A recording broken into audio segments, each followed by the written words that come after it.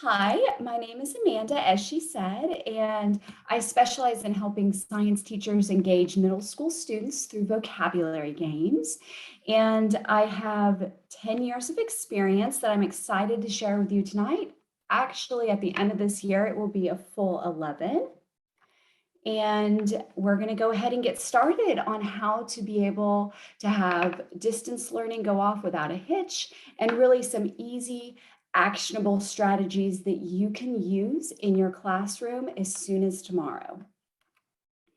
So, as she said, we're going to go over how to teach some concepts, share my screen, assign decks to students, some boom card activity types, different things that we can do with classroom management so that we can help all learners. And also, once we're done assigning those activities, we're given reports and we need to be able to assess that information and know what to do with all that information. Luckily, Boom has you covered with 6 different reports, and so we'll go through all that. And then I'm also going to share with you some other teachers just like yourself that have used Boom cards and had some amazing. I didn't get that. Oops, not right now, Siri. And had some amazing results in their classroom. And make sure to stay into the end because we're going to have a freebie card deck that I will give to you guys, and we're going to go through how to stay in touch. And lastly, we're going to have a Q&A so that if anything isn't covered, we've got you covered with that Q&A. Okay. So I got started with making science games because I wanted to really engage students and I wanted to engage all students. And one thing that I thought was when I used to do games and starting in the beginning, so I was like, oh my goodness, this can get really chaotic. But worksheets are really boring. So I didn't want to swing from one pendulum to the other. I really wanted to be able to serve my students, keep them engaged. And thanks to interactive learning and digital games, I now have a tranquil learning environment that is engaging, and so can you. So here to show you how. So go ahead and drop it in the chat. Are you having different challenges for distance learning? Are you having trouble holding students' attention? Do you have trouble with differentiating things through virtual instruction? Are you having trouble with students that are not retaining information? So drop it in the chat. Are you a 1, 2, or 3? 1, are you having trouble with students holding attention? 2, differentiation, or 3, with content retention? All right, I'm starting to see some feedback that we've got lots of 2s. We've got all 3 and some 3s. So we definitely, that is wonderful. So now I know exactly how to help you. And I'll tell you what, I have struggled with all 3 of these. And I'm here to show you some solutions for how we can work on those different challenges that we have. Okay, sorry, my screen was freezing. There we go. Okay, so the first thing I want to look at is how to teach concepts with Boom Learning. And there's 2 different kinds of strategies. There is group instruction and self-study instruction. And these 2 type of approaches through distance learning are very different. Group instruction, we're going to go ahead and we're going to get on a call such as Zoom, like we're on now, and we're going to be connecting with our students. We're going to see our students and be able to interact with them more. With self-study, we're just going to be assigning decks to our students, and they're going to need to go through that material by themselves. So we're going to talk about both types of approaches and which approach works best for different situations. Okay. So the first thing that is really important when we're teaching concepts is that we want to make sure that we're teaching vocabulary. Vocabulary, I've found when we're doing it virtually, that it's even more important to break concepts down and to look at all facets of vocabulary. For example, When I'm teaching a concept is number one, the students need to know what the word is, how to pronounce the word. And number two, they need to be able to understand the definition. You can see here in this slide that there is and by the way, this is a lesson for United States bodies of water. And so it's talking about swamps. It gives the name and highlights the name a little bit. And then it also gives the definition. So this gives students the first two steps that they need for grasping vocabulary. The second thing that they need is they need to be able to see a picture of the item.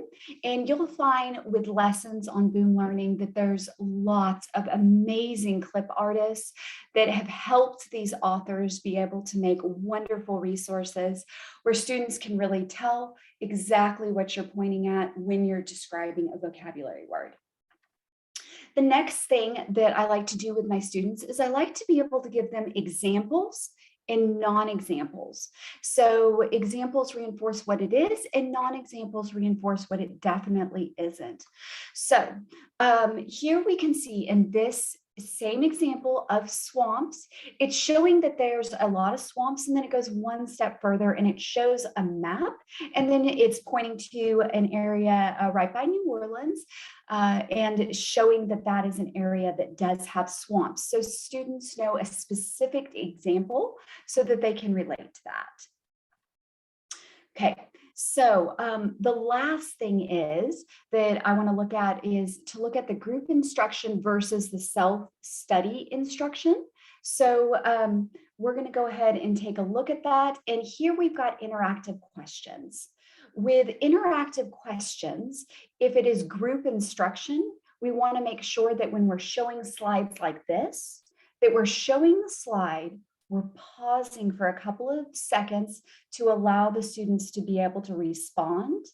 And I found that if I'm choosing a deck for self-study instruction, I need to make sure that there is going to be a response on the next slide. So we're going to go through some steps on how to share my screen. And then we're going to also, I'm going to show you how to go ahead and show a lesson. So I'm going to exit out of this a little bit. And, oh, I'm sorry, actually, I did that too soon. We're going to go to the next slide. And you can see here that if you're on a Zoom call, at the very bottom of your screen, there will be a green button. And then underneath the green button is something that says share screen. So it's really that easy. You just click on that. But before you do that, you need to follow these steps. One, you need to log in as the host. If there's somebody else that is the host, they can share with you as the co-host. So that's another option. Two, to start the meeting. And then we would go to the third step, which is to click on that green button. So when you are sharing your screen, you will know you're sharing your screen because first of all, it will ask you which screen you want to share if you have a couple of windows open, and then it will go ahead and it will show you at the top of the screen or wherever it pops up. Sometimes it pops up on the bottom, but it will show you are sharing your screen. And so the green part means that you're currently sharing your screen, where the red part means this is when we want to stop, just like a traffic light. Green means go, and red means that we're going to stop. So I'm going to go ahead and show you. Oh, here we go. Okay, so this right here is a lesson that I've pulled up, and I'm just going to go through. Turn off the sound here. So one of the wonderful things about Boom Learning is that they do have sound. So if you look over here, you can turn it on or off. I usually like to turn it off for lessons so that students are just concentrating on the screen itself. So we're just going to flip through. I'm going to kind of go through this kind of quickly because I'm looking for a particular slide. Okay, there we go. So in order, by the way, if you're presenting with students and you want them to, or you want to be able to go to a particular slide, you would go up here and you would hit the overview button. That's all I did. And okay, so you can just toggle here to the next slide because on these lessons, there's typically nothing to click. Students are just going through the lessons to learn. And here you can see there's an example of the canal here. Here it gives you the definition of the canal. Here it gives you the definition of a dam, an example of a dam, and then an interactive question. I found that the more I add interactive questions that either recall what we've just learned or personalize the learning for students, the more likely students are to be able to stay engaged and to stay focused. And an example of an interactive question would be asking students, well, what is your favorite body of water, and personalizing it for them. One that has to do with vocabulary and deepening that would be something as simple as this. Which types of water systems were man-made? Again, if you're presenting this in front of students, you're going to pause for a couple of seconds. And if not, the students can try to answer in their head, but you want it to be a very simple question so that you're building their confidence. You want them to be like, yes, I can definitely do this. So that when they go to the activity that you assigned, which I'll show you how to do in just a little bit, is you want to reinforce that, yes, they did know what was man-made. And yes, they were able to answer that it was canals and dams. And so this next slide reaffirms that. It shows them the vocabulary card of the dams, the vocabulary card of the canals, and then reaffirms their answer that yes, canals and dams are man-made. This way students can be able to have that confidence that I was talking about. Okay, now we're going to go back to this, and I'm going to increase my screen size. There we go. Okay. So I kind of talked about that with the self-study instruction, that you need to make sure that it is something that students have those questions answered if any questions are in there. And remember, that keeps them more engaged to have that option to be able to reply and be involved. Okay, so first we're going to go through really quick how to set up a classroom. So we're going to do this in 1, 2, 3. We're going to select the class tab, and then I'm going to show you how to add one student or multiple students.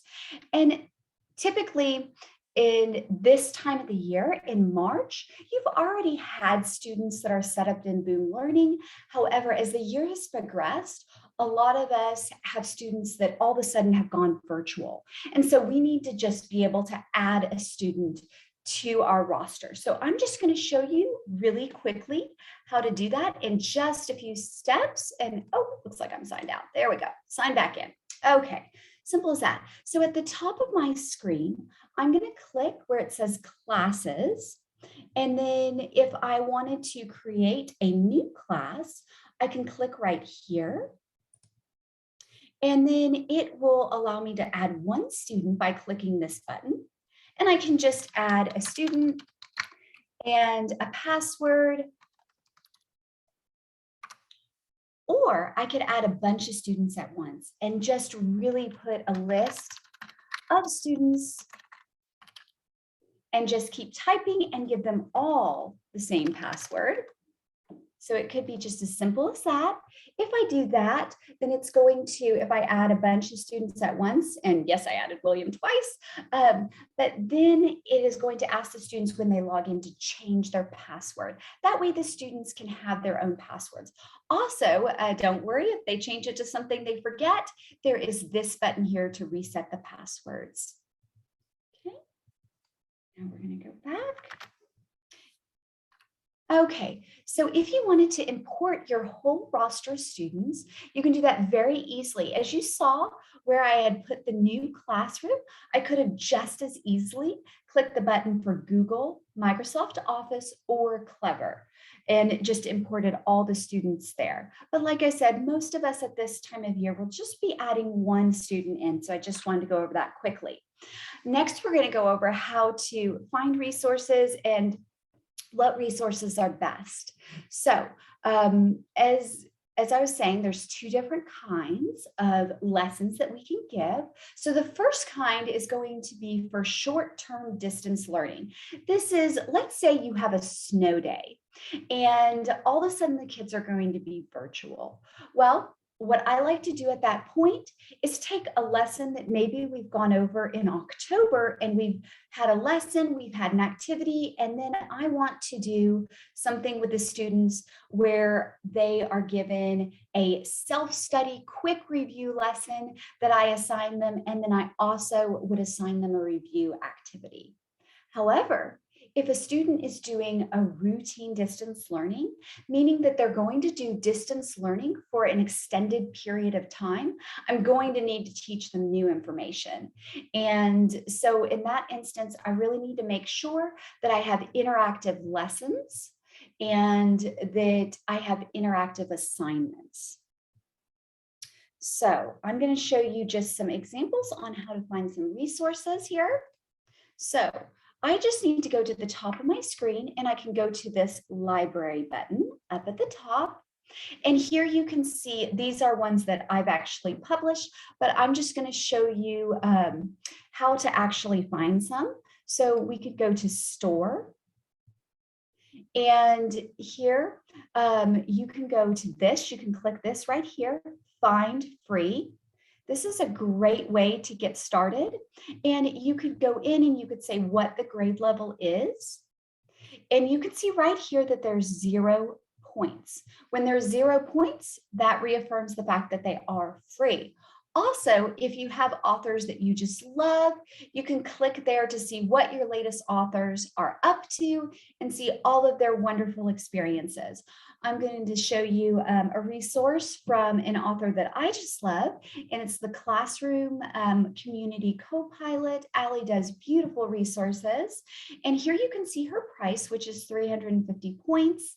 I could add it to my wish list, but really I want to get going. So I'm just going to add, I would just add it to my cart, and then I would check out and I would have that. And I would then be able to find that under purchased. So right now we're going to go under self-published, and I'm going to, I'm going to show you guys a little bit about what you can do in this library here in just the next couple of slides.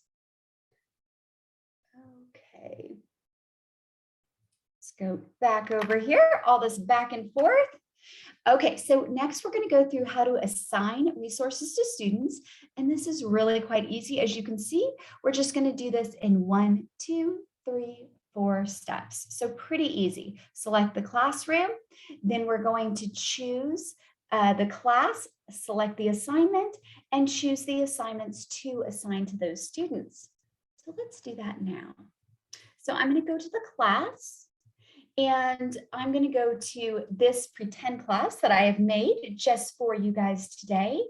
And if you can see in the middle, I have students, which is the screen I'm on now. You can see all their usernames.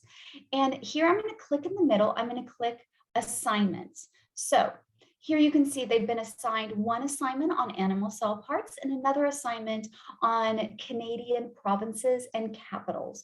But I want to assign them one more deck.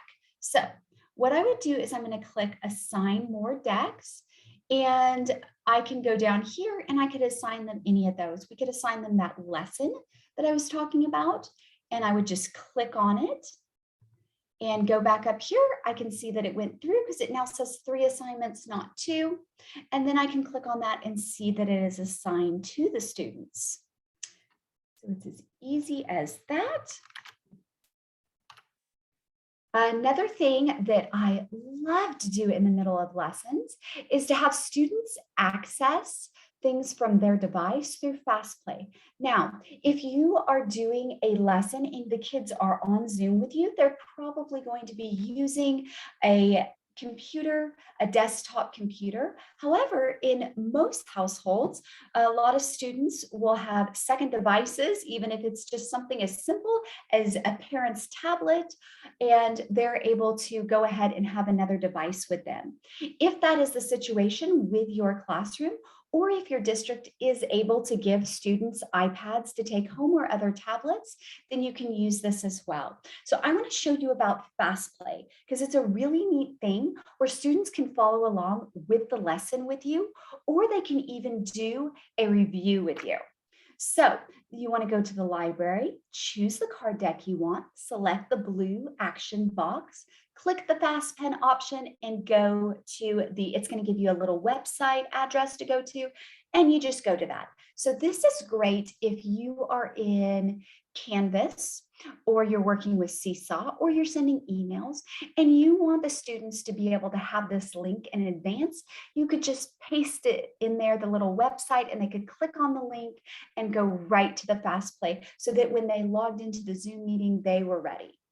One thing to remember with fast pens is they're very great for lessons. However, they do not give you reports, which we'll be talking about later. Okay, so let's go here. So if I wanted to do that, I'm going to go to my library again, and then I would just click on this and I would go to Fast Pen. Over here, oh, I got signed out. Okay, it's still there. So it's got my little Fast Pen here and it's just waking up. That's all it's doing. And then it's going to be going back into that lesson that I had so the students can do that. And we're not going to necessarily wait on that. We're going to go back into here. Okay. And oops, sorry, push the wrong button there. Okay. And another thing is quick links. Oh goodness, I got tongue-tied. Sorry about that. Quick links are fantastic for being able to assign a resource to students, just like I talked about, whether you're putting it in Class Dojo in a message to parents, or you are putting it in Seesaw, or you're putting it through Canvas. Wherever you're putting the assignment for the students, you can have a link. And with this link, the quick link, students will actually log in to do the lesson or do the activity. And as they're doing that, it will give a report. So we just go to the same place as before. We're going to go here to Library, Actions, and I would just click Hyperlink Play. This time the students will sign in. This time you will get those reports.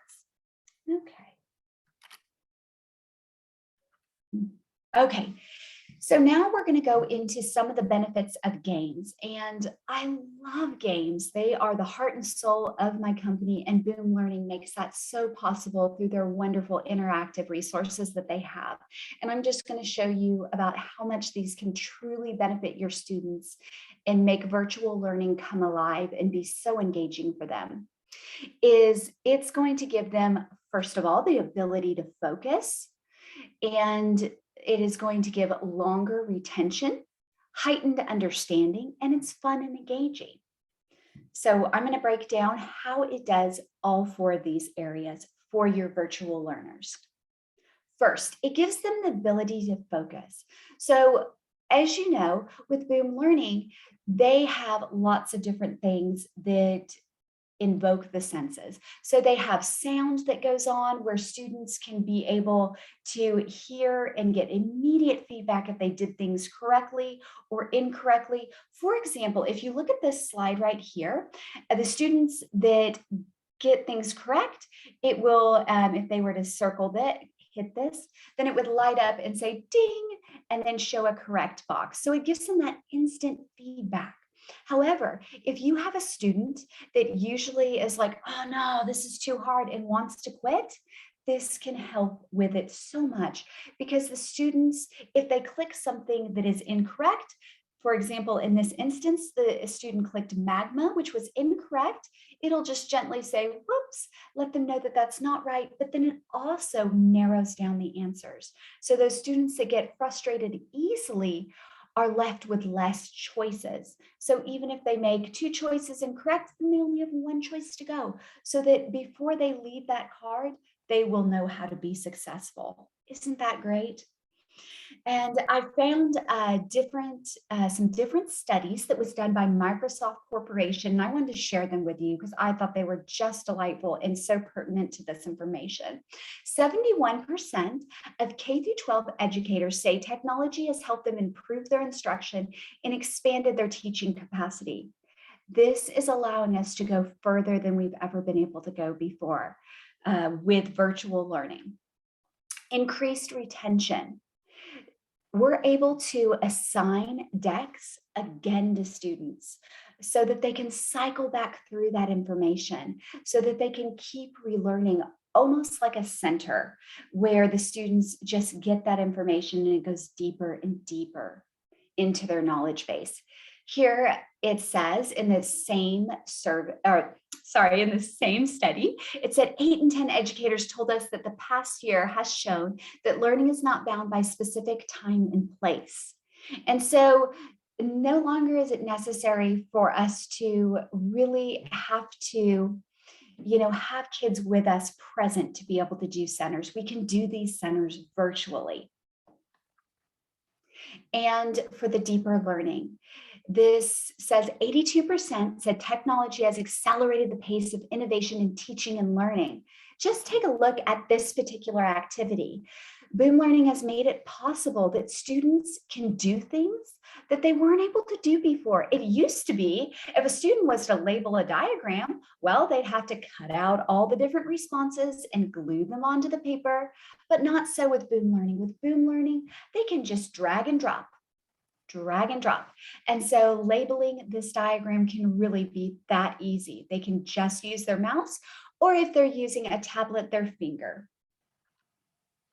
And another thing that it does is it creates this immersive experience. And with an immersive experience, students are having fun, they're being engaged, and they're really learning quite a bit. So the last thing that I wanted to read to you from this writing was 80% of educators believe that resources that have a gaming component increase student engagement and deepen understanding of various subjects. And that's because it creates a more immersive experience. Here you can see my adorable nephews and my beautiful niece, and they're looking at a map. This was when we were on a trip, and we allowed them to be our navigators, and they loved it. They were helping us find different stores in this wonderful town that we were in Maine, and they got instant feedback. They knew that they were in the right place if they were able to look up and see that, yes, in front of them, there was that store. They had truly navigated us to the place that we were meant to be. And they got so excited every time they led us to different places. And it was just wonderful to be able to see that interaction with them. Boom Learning does that for us as well. It is so interactive, and it helps so much with our classroom management because of the students being engaged. They're less likely to be off task. So I don't know. Have you ever tried to teach a lesson on Zoom and students seem to be having trouble paying attention to you? I have. And I have found that when using these lessons, the students with these interactive questions, with lots of great visuals, using things like Fastplay, that the students are more engaged because they're also doing something. They're not just sitting there in the audience, they're engaging with you. So if any of this seems like this is a lot of information, don't worry. We're actually going to be reposting this on YouTube. Boom Learning is. And I also wanted to be able to send you my freebie. So my freebie gives you how to be able to get started with Boom cards right away in just a few steps. So I'm going to go ahead and I'm going to drop that in the chat. So let me get out of here. Hang on just a second.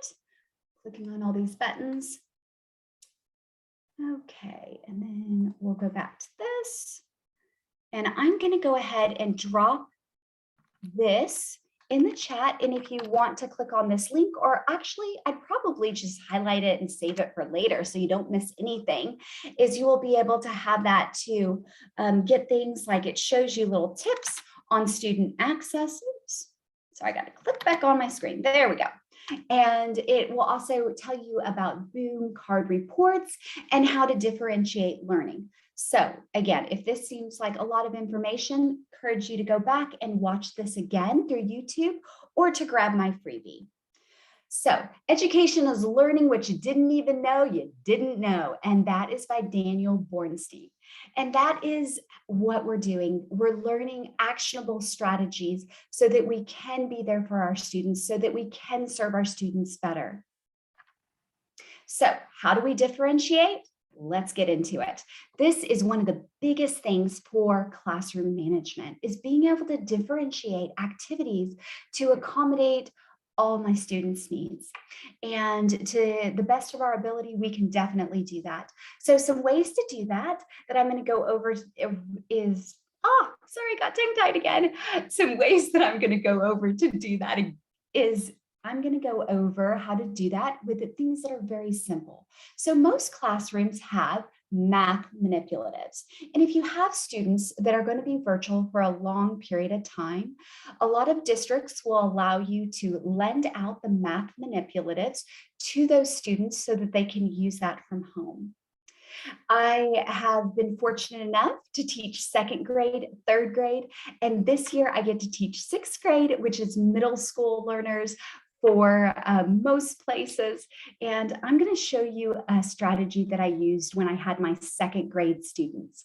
One of the strategies that I taught them was how to be able to have makeshift math manipulatives when you don't have math manipulatives. And some of them ended up loving this method so much that they preferred to use it than to actually have the math manipulatives.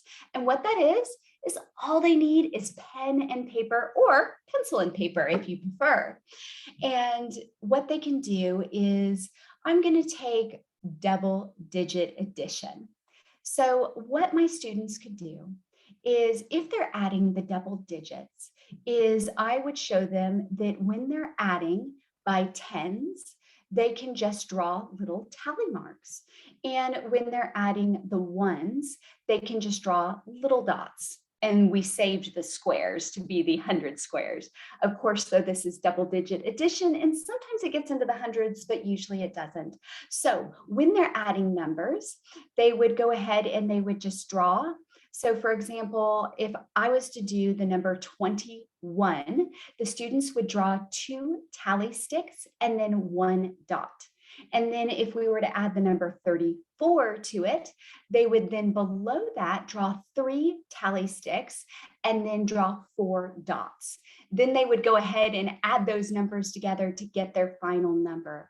And they can do that just by counting those different tally marks and dots all together to get their final answer. So another thing is, if you're doing other concepts, it really helps students a lot to be able to show their work. And so that, again, that pencil and paper is really great for showing work. Next, something that you're getting a little bit of a sneak peek tonight, because something that I've already created but I haven't uploaded yet, I plan on uploading next week, is some different references and vocabulary charts that I have for students. And in a minute here, I'll show you some resources that I've actually uploaded. So one of the things that's really, really neat that Bowen Learning does is it has Printies, which are PDF files that can be uploaded to give extra support, extra information, or a printable version of your Bowen Learning cards. And so right here, you can see this is a harder concept. This is probably an 8th grade skill. It's scientific notation for positive exponents. And you can see with the top one, it's easier to differentiate learning when you give students the supports they need. And some students will need more support than others. So you could give the students that need extra support these conversion examples, and students that maybe need extra support with vocabulary, these vocabulary posters here. So the first, at the top, we see scientific notation, and it breaks down the vocabulary of what each part of this particular equation would be. Like, what is a base number? And then down below, it's a little bit cut off because of the picture here, but you can see the standard notation and it will show that. Now I'm going to show you how we can do this same strategy for science. So, and this is another sneak peek because this will not be uploaded until tomorrow. This is another resource that is already created, and the Bowen cards are available now, but it's got some printies for some different vocabulary terms, and it shows pictures, and then it also has these diagrams. So having all of this is going to give students support that may need a little bit extra support. Maybe you have students that you want to challenge, and students you want to challenge, maybe you do not want to give them the extra supports. So it allows you to differentiate. And again, when we differentiate, we reach more learners, we support more learners, and it keeps us from having one lesson that we're creating for some students and then creating a completely different lesson or activity for different students. This allows all of our learners to be able to participate in the same activity. Another thing that you can do to be able to have some more hands-on experience with a concept is if you tell your students about science experiments that they can do only with the supervision of their parents. You would want to make sure that the parents are definitely present, and you would want to make sure that any science experiments that you would want the students to do at home, that they would be incredibly safe. So that it's safe for the students. And a lot of times they can just use things in the kitchen. For example, things such as oil or water, or salt. There's quite a few experiments that you could do with that. And you would want to go ahead and discuss with the students what the steps of the experiments are, make sure the parents are present, make sure it'll be safe for them. But that's another thing that you can do to help make science come alive for those virtual learners. And now let's go into how to differentiate for social studies. So for social studies, and this one I actually do have uploaded as a bundle, so you can grab the Boom cards, or you can grab the Boom cards as a printable Scoot game version. And one way you can do that is to be able to use these references right here. So this first reference has all these different capitals, and it also has provinces for Canada. And this other support here has the map. So with the map, if you notice, it's numbered so that when they go to number 1, they can see British Columbia and the capital is Victoria, and then they can see that right here over the map. So that's a great way to have students be able to have a little bit more support in the classroom when they're practicing and reviewing different things in social studies. Another resource that's really fun is Google Earth. Google Earth, and it depends on how old your students are, if that would be appropriate or not, but Google Earth is a fun option for them to be able to look at different places and try to find them on the map. Okay, so now you've been able to assign resources to students and they've done these resources. Now it's time for us to go ahead and make sense of those different resources. How can we make that something that we can use to know what's working, what's not working? So let's assess the results. Good news. Boom Cards has 6 different sorts of data points that will help us be able to really pinpoint how students are doing. So let's look at what those are. They've got plays, mastery, time, average, best, and last. And when you go into reports, which I'm going to show you in just a second, you're going to see all of these right here. And this is what they'll look like in your screen. And we're going to break down what each one of these mean. First, we have plays. This data point is going to show how many times the student has completed the card deck. So in this instance, the student has not gone through all the cards just yet. They've gone through part of them. So let's take a look at what that looks like in the classroom. So let's go. We're going to go up at the top. I'm going to click on classes. And then going to go right here to my pretend class and go over here to reports. And we can see that I'm going to click off like nothing has been reported just yet, or like I haven't looked at it just yet. So I would go under currently assigned, and then I'm going to say, okay, let's look at these. And I want to look at both of these side by side. So I clicked both of these decks, and this is great if you wanted to be able to, let me click out of that one, and let me click this one. Okay, so I can see how students have done and compare it. So if you have two things that are very similar, you could be able to go back and forth and see how the students are doing. So let's go back over here. Next, we would have mastery. So mastery is going to show their ability to be able to understand the concept on each card.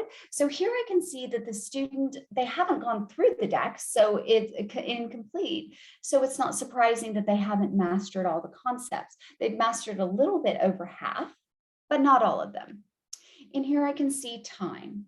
This includes the total time that's been spent playing the card deck. It adds up all the time for a grand total. So, for example, if I'm to look here, I can see that Andy has played this card deck twice, has really gotten down 27 of the cards, and has spent almost 3 minutes. He went really fast with this particular set of cards. Over here, however, and that was for animal cell parts, he's having a little bit more trouble with the capitals, because over here we can see he's gone through it 1 1/3 times, and he's only mastered half of the cards. He's having a little bit of trouble. And I can see that he's kind of going a little bit fast. So maybe he needs to slow down just a little bit to be able to improve that score. Let's go back to here. Okay, the next thing is average. And this is going to show us the last 3 times that the students played the deck. That is really good to see, because I want to be able to see if students, what their overall score is versus what they did just for one particular time. Are they getting this as a whole? Best. This does exactly what it says. It's going to take their best score. So let's say that I had a student that played a card deck 10 times. And the first time it was a little rough. Think of the first time you've ever attempted something. It can be a little hard the first time. And the second time, oh, it was so much better. It was so much easier. And then the third time they did amazing. So this will show me that time that they did amazing. So if we're to look at that right here, I can see that the best score was 83% here. Catherine, it was 86. Oh, goodness. Sorry, guys. Pushed the wrong button again. There we go. Okay. And so next would be the last score. So for the last score, this is going to show me what they just did. So how did they just do on the very last time that they played? Were they in a rush, or were they really doing very well? So that is very helpful for that. So next, I want to talk to you about how other teachers have really been able to find different solutions in their classroom and how they've been able to benefit through Boom Learning. So this one says they're extremely satisfied. Such a fun and easy way to review bodies of water with students. And this was used with 5th graders that were English language learners. For the state capitals, it says my students enjoyed using these Boom cards to review the states and capitals, and this one was used with 3rd grade students. Here's one for the Canada provinces and capitals, and it says great for review, used with the 5th grade students. And lastly, here's one with landforms, and says my students love using this deck of cards to refine their math and geographic skills. The students were engaged, and once again, these were English language learners. So you can see how helpful it is when Boom Learning gives us this platform that has so many visuals so that students can really thrive and do well. So once again, I'm going to go ahead and drop in my freebie for you. So it will go over Boom cards. It will go over how to differentiate and also how to access. So let me drop that in the chat here. All right. Let me click back on here. There we go. So here are some different lessons that, oops, sorry, need to go right back here to do this. It was being a little finicky. So as promised, here are freebie decks that you can find on, on Boom Learning that we have. I'll drop this one. This is bodies of water for an activity. And this next one here, this is a freebie lesson. And this is the best way to get started with Boom Learning, is that I just went in and I played around and I found a bunch of amazing free decks. And it's just a great way to test out the lessons, see what you like, and then find authors that you really enjoy, and then be able to use their resources. Okay. Nope. Got to click on the screen again. There we go. Okay. And so please stay in touch. I would love to hear from you. I would love to be there to support you. You can always contact me at Amanda, the Gaming Classroom. And then my website is https://thegamingclassroom.com. And then, of course, please follow me on Boom Learning. I regularly upload card decks, and I would love to create resources to serve your students. Also, Pinterest is a great place to go. It's just pinterest.com/thegamingclassroom to be able to get some fun and actionable tips and strategies. And then, of course, follow me at Instagram at the Gaming Classroom. All right. Thank you guys very much for your time. And now we're going to go into some Q&A. Yes, thank you, Amanda. That was amazing. So now we're gonna be doing some questions. So if you have any questions, please post us on the Q&A box and we'll be answering those. So to start, Amanda, can you tell us a bit about your background and how you got into education? Yes, when I was in 3rd grade, I knew that I wanted to be a teacher. I just remember thinking that that was right. That was the right choice for me. And so I have been so blessed to be able to be an educator for the past 10 years, almost 11 years. And I've been able to teach 2nd grade and 3rd grade and 6th grade, and it has just been wonderful. That's amazing. And you teach general education, right? Yes, I do. I teach general education, and one of the things that I like to specialize in is making resources that support all learners. And I love that. And so when did you start using Boom cards? Well, I wish I could have said that I found you guys years ago, and I have been doing Boom cards for a little bit over a year.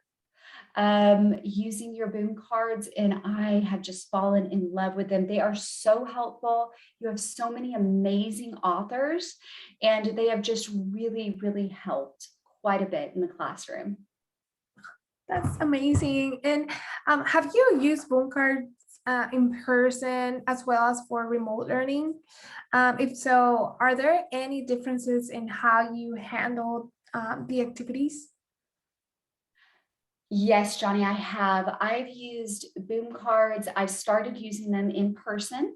And then, of course, we've had times that we've gone virtual. And then the students were able to use them there. And yes, it is different when it's virtual. When it is virtual, I find that I need to give very, very clear communication for the students in instructions for what it is that I want them to do, what I expect of them, just so that, because I'm not there in person, that I can preemptively answer questions. When students are doing things by themselves virtually, it's a little bit harder for them just to raise their hand if you're not on a Zoom call with them and they're working by themselves. They don't always get that instant feedback, that instant help. So it is nice to be able to make sure just that your communication is very clear. And I found that to be very important. Yeah, and along with that, have you ever used live monitoring? I'm sorry, please go ahead. Oh yeah, from Boom Learning.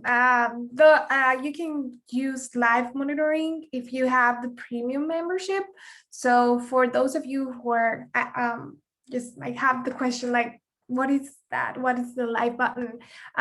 You can get live monitoring if you have the premium membership. So that allows you to see the data like in real time. So while they're working. So as you mentioned, maybe they are working on their own at home, but you can see what like the reports in real time. Yes, and that is something that I have done when I have students that are working on the assignment in class. I've done it that way where I've been watching how they're doing and how the reports are coming through, and did they get through the whole deck? Is anybody struggling or having trouble? And it has been really beneficial. That is amazing. And do you use any other resources alongside Boom cards like worksheets or videos, music, etc.? Yes, so I like to give extra supports to students that need just a little bit more help. So students that would be more successful if they had a vocabulary chart right beside them, or more successful if they had an atlas, more successful if they had, we talked about even like pencil and paper, anything that can help those students be more successful. I like the students to be able to have that. Yeah, and like you mentioned before on the webinar, we do have like the Printies side, like the Mhm. printable size. So now publishers have been adding those to the Boom Learning store. So you can pair your Boom cards with an activity or a worksheet. So that is so good. And so, can you describe how you split your time between Boom cards and these other activities? Yes, I find that using a variety of activities is helpful for students. However, so that it doesn't ever seem boring. But I say that, and I also want to back it up with a variety of activities that they're used to using. So I like to vary what I'm doing, not have the same thing every day, but to also, in addition to that, have things that they're used to and familiar with. I find that students have a lot of comfort in having things that they can depend on. So, with that being said, one of the things that I love doing in the classroom is scoot games. I also like doing boom cards. And yes, there definitely is a time and a purpose for worksheets. Sometimes those are important to pull in too. Mhm. Thank you. And what's your favorite thing about creating your own Boom cards for your students? Oh, goodness. I can tailor it to their exact special needs. So if I have something that I want to be in a specific way, that I want exactly these points hit on, I can create the cards very easily, and it's really something that anybody can do. There's a lot of great tutorials that Boom Learning has that will show you step by step how to create Boom cards just from scratch. And can even do it without a lot of pictures. You can just do it with typing and create things that are drag and drop with just a couple clicks of a button. And they just make it very, very simple to be able to create. That's good. And students love that drag and drop feature. Like they really enjoy doing that in like their iPad or a computer or even a smart board. We've seen like a lot of teachers using a smart board in person for in-person classroom. So yeah. And we know you make your own decks, but do you also have or do you also look for pre-made materials in the Boom store? Yes, there's so many wonderful authors out there. And one that I was looking at before that I highlighted is Allie's. She's the classroom co-pilot. She's got wonderful resources. And there's just so many authors out there that anything you're looking for, or anything I've been looking for that has to do with our curriculum, I've been able to find those resources. And I've been so grateful for that. whether you're teaching second grade, third grade, or sixth grade, or anything in between, is that you're able to find those resources. Yeah, and now that you mentioned that, it is important to also mention that all of these boom cards are created by other teachers. So this is why you can find like any topics that you're looking for, because there's another teacher like maybe teaching the same thing, and they created that deck for their students and they published that to the store. So that is why we have like this variety of materials in the boom store, like you mentioned. And so I know you mentioned one publisher, but do you have any other favorite publisher, maybe from math, like you mentioned, or social stories? Yes, I do, but you'll have to forgive me. I'm drawing a blank. I am so sorry. But yes, there are just so many amazing authors out there that really create some neat. Uh, I'm thinking of one author, and her last name is Vestal, Vestal. And I'm sorry, I'm drawing a blank, but I cannot think of the name of her Boom Learning. Yeah, and no worry, that also happens when you're like actually teaching and you're creating these resources, like maybe you don't have any extra time to just look for even more publishers. So but yeah, we have a bunch of amazing publishers, just as Amanda, that you can look in the boom store. And so do your students have certain activities that they tend to prefer, like for example, multiple choice, fill in the blank, like we mentioned, drag and drop? So I found that they really do like the multiple choice just because it's something that they're familiar with. I found that when students came to me that they were just very used to the multiple choice method because that's been done on worksheets for years. And so it was very easy for them. However, things that have drag and drop are so much more interactive, and that helps the students focus when they're doing that, when they're looking at those diagrams. So those are really fun resources. I've seen some other resources that have hidden pictures and escape rooms. So there is just lots of neat variety. Yeah, and I know you mentioned some on the presentation, but how have boom cards helped you handle distant learning challenges? Maybe in general. Yes. So one of the things that they have been able to do is they have been able to have students submit something virtually online, which is great. It takes away, it totally alleviates the issue of pen and paper. I found that sometimes I've had other resources that I've uploaded for students to annotate, and some students that's just too difficult. It is just too much for them to do. However, with Boom Learning, even though it's virtual as well, they're able to just go in, click the buttons, find the resources that are assigned to them right away, and complete those. And it's also something where it's very, very easy for me to give instant feedback. They don't have to wait for me to go in and grade. The grading has already been done as they're playing the deck. It's been done automatically. So I can tell those students, oh, you didn't quite finish the deck. You need to do that again.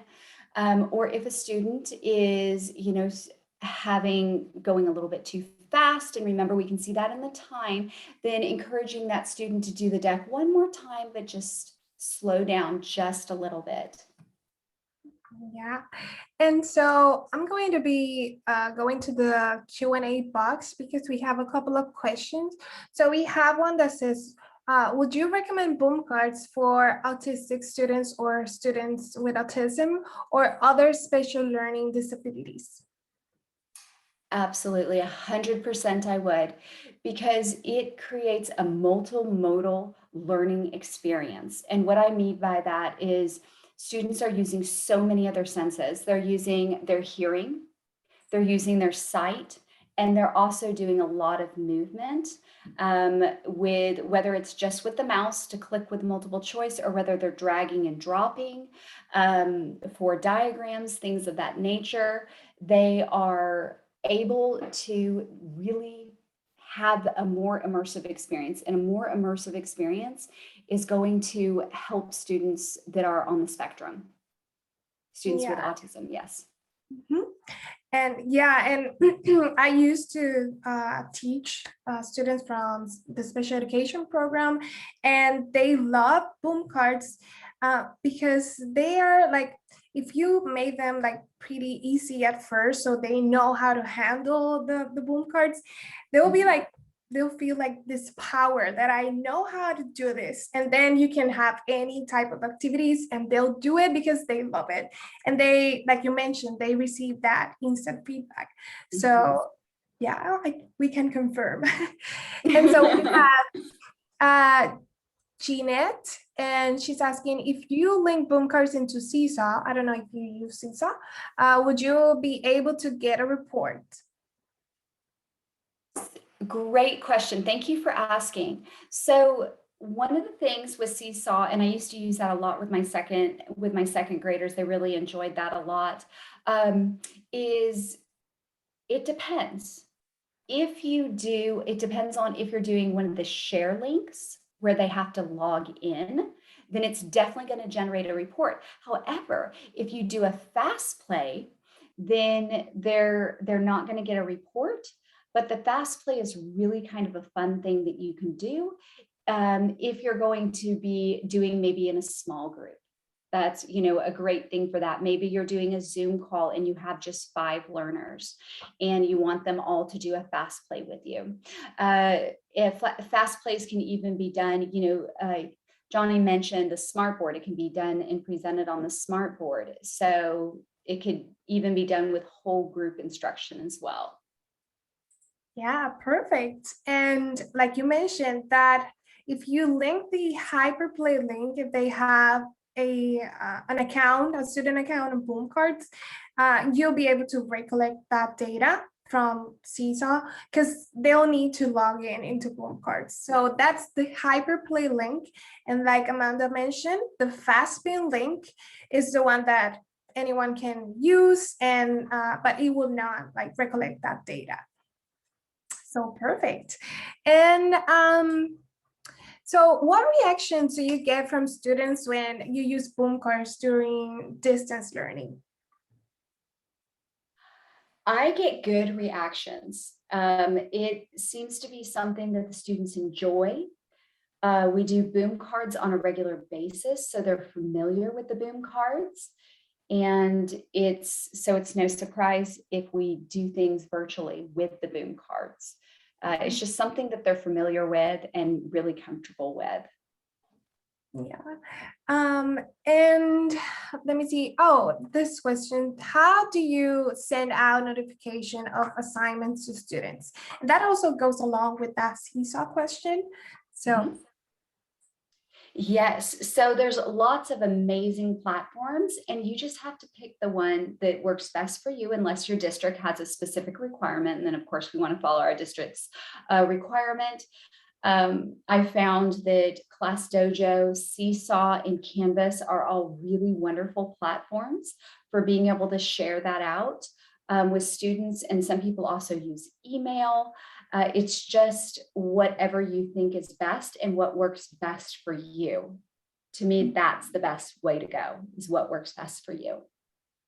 yeah, exactly. And for example, what I used to do, and I think this is pretty like different because we didn't use like Teams or Seesaw or ClassLink. I created like a calendar on Canva, like a weekly calendar. And there I put like the either Hyperplay link or the Fastpin link. And yeah, so the parents will know what like the assignment will be. So I used to create that on Canva. So that's another idea, just in case you like Canva. And so one more question, do you use the group reports or individual reports? I typically use the group reports. just because I'm usually getting so much information from the group reports that if I want to just zoom in on one student, I already have 6 different things. And that tells me everything I need to know to be able to help that student. You know, and fortunately, when we're doing things virtually, we cannot see the students unless they're on a Zoom call with us. But if they're not, and they're working by themselves on a review activity, I cannot see their facial expressions. And so I don't know, is the student, you know, frustrated? Is the student totally getting this and just buzzing through it and doing great? But I can look at all the data and be able to really, really come to some amazing conclusions that help me help that student better. Okay, I love that. I love that. I really loved and enjoyed this presentation, Amanda. You are amazing. I really, really enjoyed it. And I hope all of you guys also enjoyed it too, as much as I did. So we have already on the chat. Thank you very much, Amanda. Really quick, we'll be sending on the chat the feedback form link. Please fill that out. It is super important for us. Like I mentioned, we always read those and we learn from those. So please, please, please fill that out. Let me see if I have it. Yep, there you go. So thank you very much again. And I'll be sharing my screen. So thank you again for attending the webinar. If you have any more questions, I know Amanda will be happy to answer those, but we're also happy to help you, and you can contact us at help@boomlearning.com, or you can even call us at the number you see on the screen. So thank you again, Amanda. Thank you all for joining us. Keep on the look for future webinars, and we'll see you on the next one. Bye-bye.